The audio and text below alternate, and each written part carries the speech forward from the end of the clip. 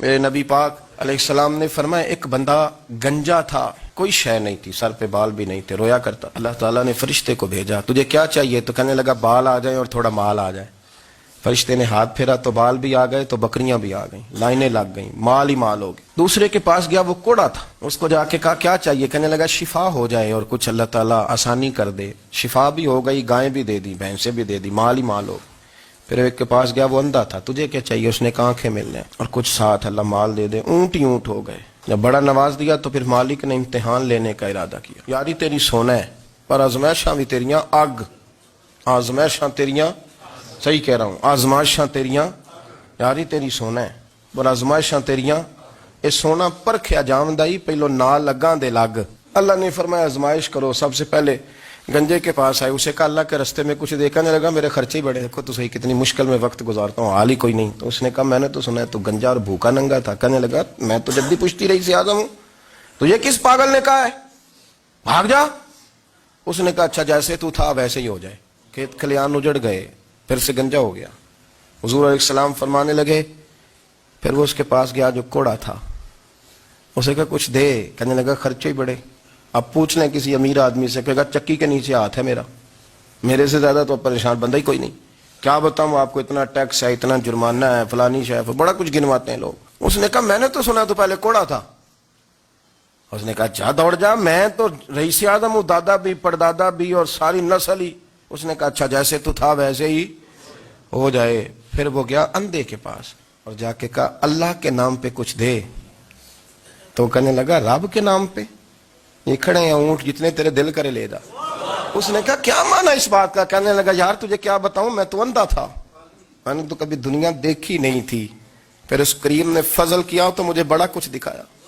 میں کیا بتاؤں، میرا دل کر رہا ہے کہہ دوں کہ پھر اس نے کعبہ دکھایا، پھر اس نے روضہ رسول دکھایا، پھر اس نے ریاض الجنہ کے سجدے دکھائے، پھر اس نے اپنے محبوب کے دروازے کی رونقیں دکھائیں. اس نے بڑا کچھ دیا، اس نے بڑا نوازا. میرے پاس تو شاید میں بدکار پرانا خادم، کسے در ملی نہ ٹوئی. اے واصف یار نے نظر جو کی تھی، پھر واصف ہی ہوئی. یہ تو اس کا کرم ہوا. تو یہ وہ کہنے لگا تو اللہ کے نام پہ جان مانگ، میں وہ بھی دینے کو تیار. میرے پاس تو شے کوئی نہیں تھی، مجھے تو اپنا پتہ ہے، میں تو کوئی شے نہیں تھا، کچھ نہیں تھا میرے پاس. یہ تو ان کا کرم ہے کہ روخ ان کا ادھر ہے. اور مختصر سی میری کہانی ہے، یہ جو بھی ہے ان کی مہربانی ہے. تو وہ کہنے لگا میں بھی کچھ لینے نہیں آیا تھا، تیری آزمائش ہی کرنے آیا تھا. تیری عزتیں بھی سلامت رہیں گی، تیرا مال بھی سلامت رہے گا، تیری شفا بھی. اپنی زندگی میں کبھی بھی اللہ کی بارگاہ سے توجہ ادھر ادھر نہ کریں. چھوڑیں لوگ کیا کر رہے ہیں، دنیا کیا کہہ رہی، کبھی بھی اپنی توجہ دائیں. ہمارا یہ مسئلہ بن گیا کہ ہماری سیاست ہے، ہماری دنیا داری ہے، ہم بندوں کو راضی کرنا چاہتے ہیں. ہم دیکھتے ہیں کون کس طرح، اور آپ یقین کریں آپ تھک جائیں گے، بندے راضی نہیں ہوں گے، وہ نہیں راضی ہوتے. آپ ان کو منا کے لائیں گے تو ادھر والے نکل جائیں گے، ادھر کو منائیں گے تو ادھر والے نکل جائیں گے. اس چکر سے باہر آئیں، اس رب کو راضی کریں جو فرماتا ہے ان الذین آمنوا وعملوا الصالحات سیجعل لهم الرحمن ودا. فرمایا تو ایمان لانے کے بعد نیک عمل کر، میں لوگوں کے دلوں میں تیری محبت پیدا کر دوں. رحمان لوگوں کے دلوں میں محبت ڈال دے گا، اللہ لوگوں کے دلوں میں. اپنی نظر ہمیشہ اپنے رب پہ رکھیں.